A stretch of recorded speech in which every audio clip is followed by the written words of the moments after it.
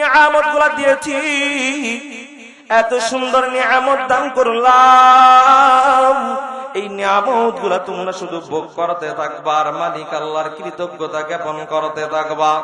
বালদাতুন তাইয়্যিবা বলে এই শহরটা একেবারে নিরাপদ শহর। সূরাতুস সাবা এর 18 নম্বর আয়াতে কারীমার মধ্যে আল্লাহ বলেন, ওয়াজআলনা বাইনাহুম ওয়া বাইনাল কুরাল্লাতী বারাকনা ফিহা কুরান যাহিরা ওয়া কদ্দারনা ফিহাস সাইর। বলে ওই সাবা সম্প্রদায়ের একটা গোত্র থেকে আরেকটা গোত্রের দূরত্ব আমি আল্লাহ সংকুচিত করে দিয়েছি, রাস্তাগুলো সংকুচিত করে দিলাম। কোন বান্দা যদি চিন্তা করে এক সম্প্রদায় থেকে আরেক সম্প্রদায় দেব, সহজেই যাইতে পারে। কারণ আগেরকার জামানা আপনার আমার মতে এত সহজে বাজার পাওয়া যাইত না, এত সহজে গাড়িগুলা ছিল না, ব্যবসার জন্য মানুষগুলা দূর দূরান্তে আগমন করতে হইত। সাবা সম্প্রদায়কে আমার আল্লাহ রব্বুল আলামিন এত সুন্দর নিয়ামত দান করেছেন, বান্দা যদি চিন্তা করে এক গোত্র থেকে আর এক গোত্রের মধ্যে যাবে, বেশি সময়ও লাগে না, একেবারে সংক্ষিপ্ত সময়ের মধ্যে বান্দা ওই নিয়ামত গুলা ভোগ করতে পারবে। কিন্তু আল্লাহ ডাক দিয়া কয়, সাবা সম্প্রদায়কে যত সুন্দর যত বড়ই নিয়ামত দান করা হোক না কেন, ওই সমাজের মানুষগুলা আমার মালিক আল্লাহ রব্বুল আলামিনের নিয়ামতকে অবমূল্যায়ন করেছে। কিভাবে অবমূল্যায়ন করেছে? আল্লাহ রব্বুল আলামিন সূরাতুস সাবা 16 নম্বর আয়াতে কারীমার মধ্যে কয়, ফাআরাদু ফারসালনা আলাইহিম সাইলাল আরমি। ওই বান্দাগুলা কি করলো? আল্লাহর নিয়ামতকে অস্বীকার কইরা নিল।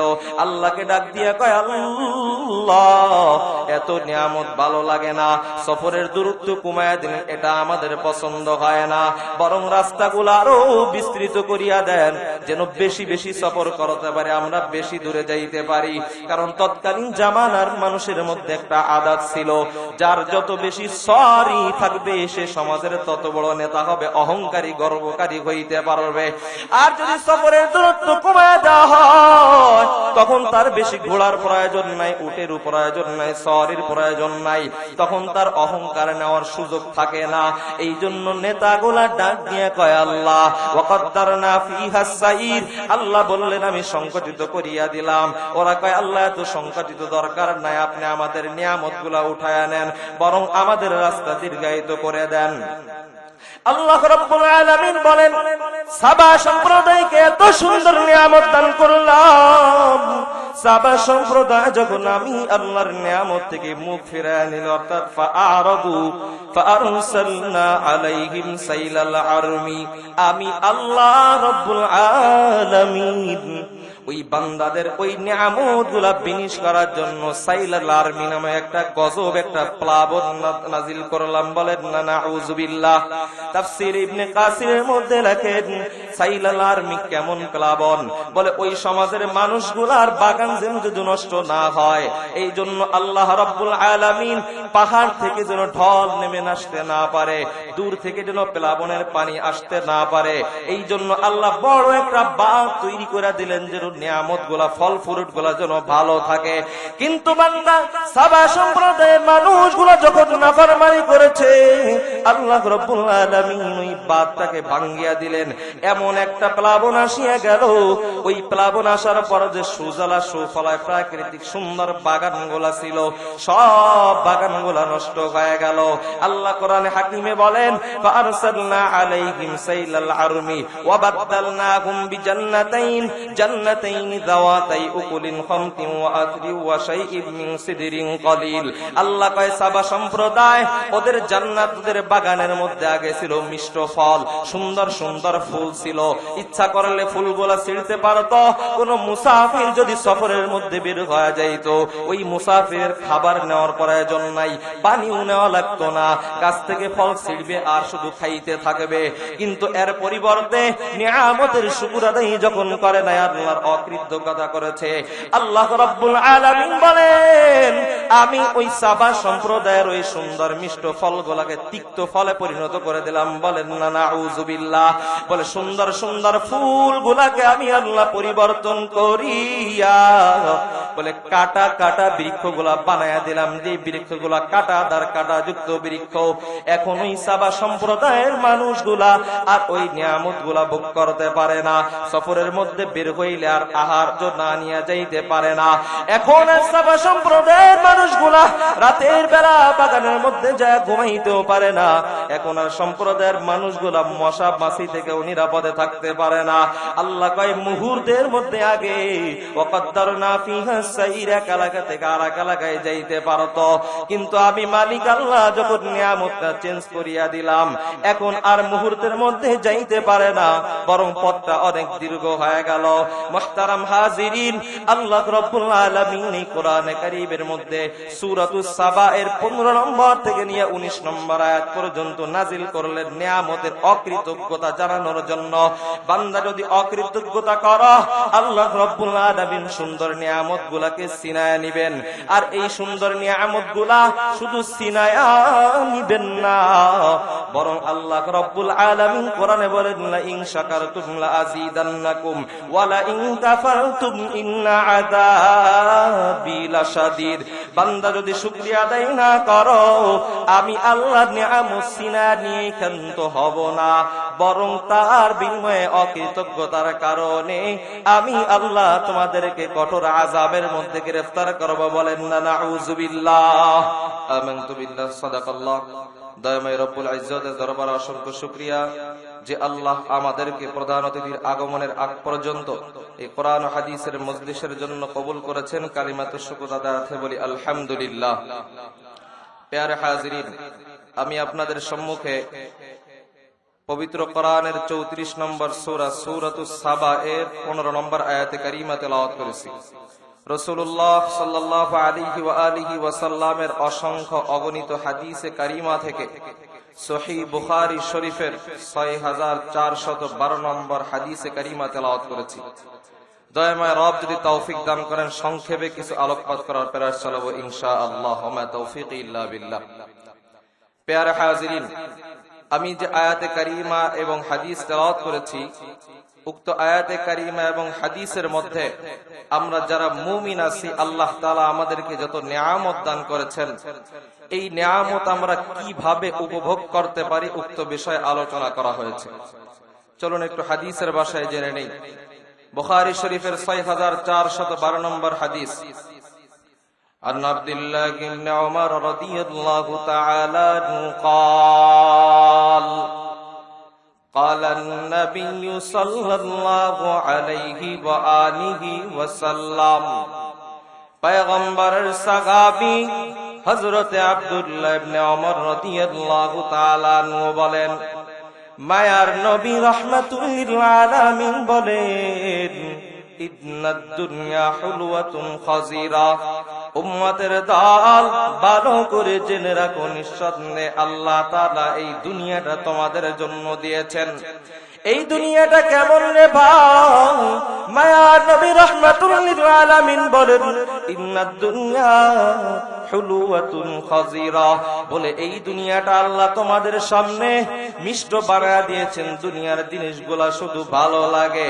খাদিরাতুন, সবুজ শ্যামল সুফলা সুজলা এই দুনিয়াটারে বান্দা। এই দুনিয়া আল্লাহ তাআলা কেন দান করলেন? পয়গম্বর রাহমাতুল লিল আলামিন বলেন, ওয়া ইন্নাল্লাহা মুস্তাখলিফাকুম ফিহা। এই সবুজ সুজলা সুফলা এই দুনিয়াটা আল্লাহ তাআলা তোমাদেরকে দান করেছেন। এই দুনিয়ার সম্পদ যত আছে, সম্পদের মালিক আমার আল্লাহ তোমাদেরকে বানিয়ে দিয়েছেন। কেন আল্লাহ তাআলা দিয়েছেন? ফায়ানজুর কাইফা তা'মালুন। আল্লাহ রাব্বুল আলামিন দেখতে চান, বান্দা আমি আল্লাহ তোকে নিয়ামত দান করলাম, তোকে গাড়ি দান করলাম, আমি আল্লাহ তোকে বাড়ি দান করলাম, আমি আল্লাহ তোকে দুনিয়ার কত সম্পদ তোকে দান করেছি রে বান্দা। আমি আল্লাহ দেখতাম চাই এই সম্পদটা তুমি কোন কাজে ব্যবহার করো রে বান্দা। আল্লাহ কয় বান্দা এই দুনিয়ার সম্পদটা যদি তুমি ভালো কাজে ব্যবহার করতে পারো আমি আল্লাহ এর বিনিময়ে তোমাকে বড় নিয়ামত দান করব। বলেন না সুবহানাল্লাহ।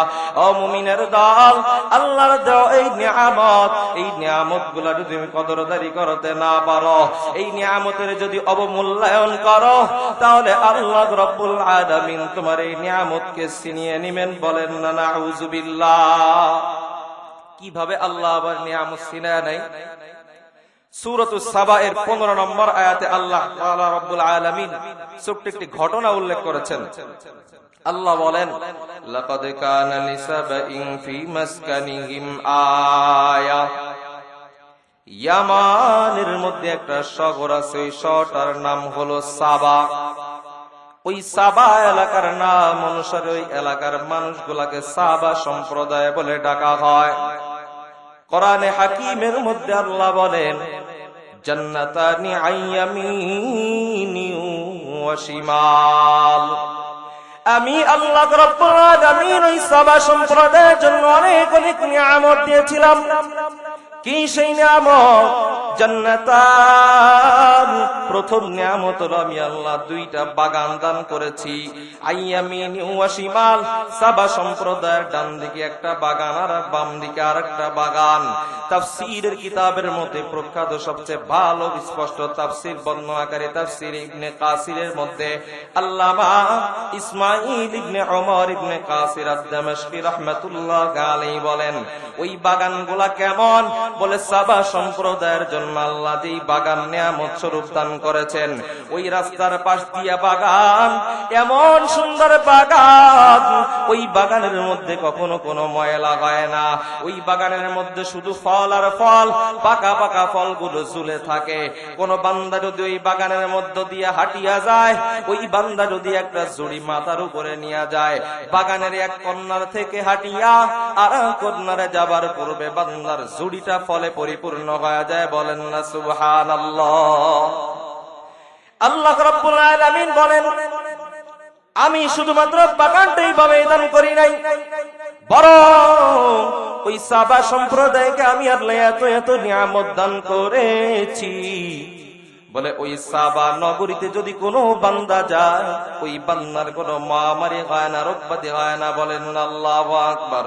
ওই সাবা সম্প্রদায়ের মধ্যে যদি কোনো বান্দা আগমন করে, বলে ওই বাগানের মধ্যে কেউ ঢুকার সঙ্গে সঙ্গে ওই বাগানের মধ্যে কোনো মশা মাছিও কোনো বান্দাকে আর কামড়াইবে না। বলেন না আল্লাহু আকবার। আল্লাহ ডাক দিয়া কয়, এত এত নিয়ামত আমি দান করলাম। কুলু মির রিজকি রাব্বিকুম ওয়াশকুরু লাহ। আল্লাহ কয়, এত বান্দা এত নিয়ামত সাবা সম্প্রদায়কে দান করি আমি আল্লাহ বললাম, কুলু মির রিজকি রাব্বিকুম, তোমাদের মালিক আমি আল্লাহ রাব্বুল আলামিন তোমাদের এই যে নিয়ামতগুলো দিয়েছি, এত সুন্দর নিয়ামত দান করলাম, এই নিয়ামতগুলো তোমরা শুধু ভোগ করতে থাকবা আর মালিক আল্লাহর কৃতজ্ঞতা জ্ঞাপন করতে থাকবা। বালদাতুন তাইয়্যিবা, বলে এই শহরটা একেবারে নিরাপদ শহর। সূরাতুস সাবা এর 18 নম্বর আয়াতে কারীমার মধ্যে আল্লাহ বলেন, ওয়াজআলনা বাইনাহুম ওয়া বাইনাল কুরাল্লাতী বারাকনা ফিহা কুরান যাহিরা ওয়া কদ্দারনা ফিহা সাইর। বলে ওই সাবা সম্প্রদায়ের একটা গোত্র থেকে আরেকটা গোত্রের দূরত্ব আমি আল্লাহ সংকুচিত করে দিয়েছি, রাস্তাগুলো সংকুচিত করে দিলাম। কোন বান্দা যদি চিন্তা করে এক সম্প্রদায় থেকে আরেক সম্প্রদায় দেব, সহজেই যাইতে পারে। কারণ আগেরকার জামানা আপনার আমার মতে এত সহজে বাজার পাওয়া যাইত না, এত সহজে গাড়িগুলা ছিল না। ব্যবসার জন্য মানুষগুলা দূর দূরান্তে আগমন করতে হইত। সাবা সম্প্রদায়কে আমার আল্লাহ রাব্বুল আলামিন এত সুন্দর নিয়ামত দান করেছেন। বান্দা যদি চিন্তা করে এক গোত্র থেকে আর এক গোত্রের মধ্যে যাবে, বেশি সময়ও লাগে না, একেবারে সংক্ষিপ্ত সময়ের মধ্যে বান্দা ওই নিয়ামত গুলা ভোগ করতে পারবে। কিন্তু আল্লাহ ডাক দিয়া কয়, সাবা সম্প্রদায়কে যত সুন্দর যত বড় নিয়ামত দান করা হোক না কেন, ওই সমাজের মানুষগুলা আমার মালিক আল্লাহ রাব্বুল আলামিনের নিয়ামতকে অবমূল্যায়ন করেছে। কিভাবে ভাবে অবমূল্যায়ন করেছে। আল্লাহ রাব্বুল আলামিন সূরাতুস সাবা 16 নম্বর আয়াতে কারীমার মধ্যে কয় ফাআরাহু ফারসালনা আলাইহিম সাইলাল আরমি। ওই বান্দাগুলা কি করলো? আল্লাহর নিয়ামতকে অস্বীকার কইরা নিল। আল্লাহকে ডাক দিয়ে কয় আল্লাহ এত নিয়ামত ভালো লাগে না, সফরের দূরত্ব কমায়া দিন, এটা আমাদের পছন্দ হয় না, বরং রাস্তাগুলো আরো বিস্তৃত করিয়া দেন যেন বেশি বেশি সফর করতে পারে, আমরা বেশি দূরে যাইতে পারি। কারণ তৎকালীন জামানার মানুষের মধ্যে একটা আদাত ছিল, যার যত বেশি সরি থাকবে সে সমাজের তত বড় নেতা হবে, অহংকারী গর্বকারী হইতে পারবে। আর যদি সফরের দূরত্ব কমায়া দেওয়া হয় তখন তার বেশি ঘোড়ার প্রয়োজন নাই, উটের প্রয়োজন নাই, সরির প্রয়োজন নাই, তখন তার অহংকার নেওয়ার সুযোগ থাকে না। এই জন্য নেতাগুলা ডাক দিয়ে কয় আল্লাহ ওয়াকদ্দারনা ফিহা সাইর, আল্লাহ বললেন আমি সংকটিত করিয়া দিলাম। ওরা কয় আল্লাহ এত সংকটিত দরকার নাই, আপনি আমাদের নিয়ামতগুলা উঠায়া নেন, বরং আমাদের রাস্তা দীর্ঘায়িত করে দেন। আল্লাহ রাব্বুল আলামিন বলেন সাবা সম্প্রদায়কে এত সুন্দর নিয়ামত দান করলাম, সাবা সম্প্রদায় যখন আমি আল্লাহর নিয়ামত থেকে মুখ ফিরায় নিল, অর্থাৎ ফাআরাদু ফাআরসালনা আলাইহিম সাইলাল আরমি, আমি আল্লাহ রাব্বুল আলামিন ওই বান্দাদের ওই নিয়ামতগুলা বিনিশ করার জন্য সাইলাল আরমি নামে একটা গজব, একটা প্লাবন নাজিল করলাম। বলেন না নাউযুবিল্লাহ।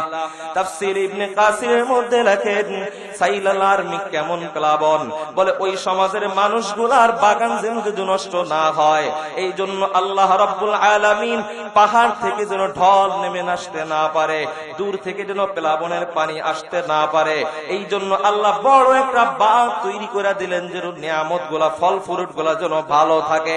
কিন্তু বান্দা সাবা সম্প্রদায়ের মানুষগুলো যখন নাফরমানি করেছে আল্লাহ রাব্বুল আলামিন ওই বাঁধটাকে ভাঙ্গিয়া দিলেন। এমন একটা প্লাবন আসিয়া গেল, ওই প্লাবন আসার পর যে সুজলা সুফলায় প্রাকৃতিক সুন্দর বাগানগুলা ছিল সব বাগানগুলা নষ্ট হয়ে গেল। আল্লাহ কোরআনে হাকিমে বলেন ফারসালনা আলাইহিম সাইলাল আরমি ওয়া বাদদালনাহুম বিজান্নাতাইন জান্নাতাইন যাওয়াতাই উকুলিন খামতিন ওয়া আথরি ওয়া শাইইন মিন সিদরিন কলিল। আল্লাহ কয় সাবা সম্প্রদায় ওদের জান্নাত, ওদের বাগানের মধ্যে আগে ছিল মিষ্ট ফল, সুন্দর সুন্দর ফুল ছিল, ইচ্ছা করলে ফুলগুলা ছিঁড়তে পারত। কোন মুসাফির যদি সফরের মধ্যে বের হয়ে যাইত ওই মুসাফিরের খাবার নেওয়ার প্রয়োজন নাই, পানিও নেওয়া লাগতো না, গাছ থেকে ফল ছিঁড়বে আর শুধু খাইতে থাকবে। কিন্তু এর পরিবর্তে নিয়ামতের শুকর আদায় যখন করে না, আল্লাহর অকৃতজ্ঞতা করেছে। আল্লাহ রাব্বুল আলামিন বলেন আমি ওই সাবা সম্প্রদায়ের ওই সুন্দর মিষ্ট ফলগুলোকে তিক্ত ফলে পরিণত করে দিলাম। বলেন না নাউযুবিল্লাহ। বলে সুন্দর সুন্দর ফুলগুলাকে আমি আল্লাহ পরিবর্তন করিয়া বলে কাটা কাটা বৃক্ষগুলা বানায়া দিলাম, যে বৃক্ষগুলা কাটাদার কাটা যুক্ত বৃক্ষ। এখন ওই সাবা সম্প্রদায়ের মানুষগুলা আর ওই নিয়ামতগুলা ভোগ করতে পারে না, সফরের মধ্যে বের হইলে আর আহার্য না নিয়ে যাইতে পারে না। এখন সাবা সম্প্রদায়ের মানুষগুলা রাতের বেলা বাগানের মধ্যে যায় ঘুমাইতেও পারে না। এখন আর সম্প্রদায়ের মানুষগুলা মশা মাছি থেকেও নিরাপদে থাকতে পারে না। আল্লাহ কয় মুহূর্তের মধ্যে আগে ওয়াকদ্দারনা ফিহা সাইর, এক এলাকা থেকে আর এক এলাকায় যাইতে পারত, কিন্তু আমি মালিক আল্লাহ যখন নিয়ামতটা চেঞ্জ করিয়া দিলাম এখন আর মুহূর্তের মধ্যে যাইতে পারে না, বরং পথটা অনেক দীর্ঘ হয়ে গেল। মুহতারাম হাজিরিন, আল্লাহ রাব্বুল আলামিন এই কোরআনে কারীমের মধ্যে সূরাতুস সাবা এর 15 নম্বর থেকে নিয়ে 19 নম্বর আয়াত পর্যন্ত নাজিল করলেন নিয়ামতের অকৃতজ্ঞতা জানানোর জন্য। বান্দা যদি অকৃতজ্ঞতা করো আল্লাহ রাব্বুল আলামিন সুন্দর নিয়ামতগুলোকে ছিনায়া নিবেন। আর এই সুন্দর নিয়ামতগুলা শুধু ছিনায়া নিবেন না, বরং আল্লাহ রাব্বুল আলামিন কোরআনে বলেন লা ইন শাকারতুম লা আযীদান্নাকুম ওয়া লা ইন কাফারতুম ইন্না আযাবি লাশাদীদ। বান্দা যদি শুকরিয়া আদায় না করো, আমি আল্লাহর নিয়ামত সিনা নিয়ে ক্ষান্ত হব না, বরং তার বিনিময়ে অকৃতজ্ঞতার কারণে আমি আল্লাহ তোমাদেরকে কঠোর আযাবের মধ্যে গ্রেফতার করব। বলেন না নাউযুবিল্লাহ। আল্লাহ রাব্বুল আলামিন আমাদের সকলকে আল্লাহর দেওয়া প্রত্যেকটা নিয়ামত পঙ্খনা মূল্যায়ন করে তার অকৃতজ্ঞতা থেকে বেঁচে থাকার তৌফিক দান করেন। সকলে বলি আমিন। ওয়া আখির দাওয়ানা আলহামদুলিল্লাহি রাব্বিল আলামিন।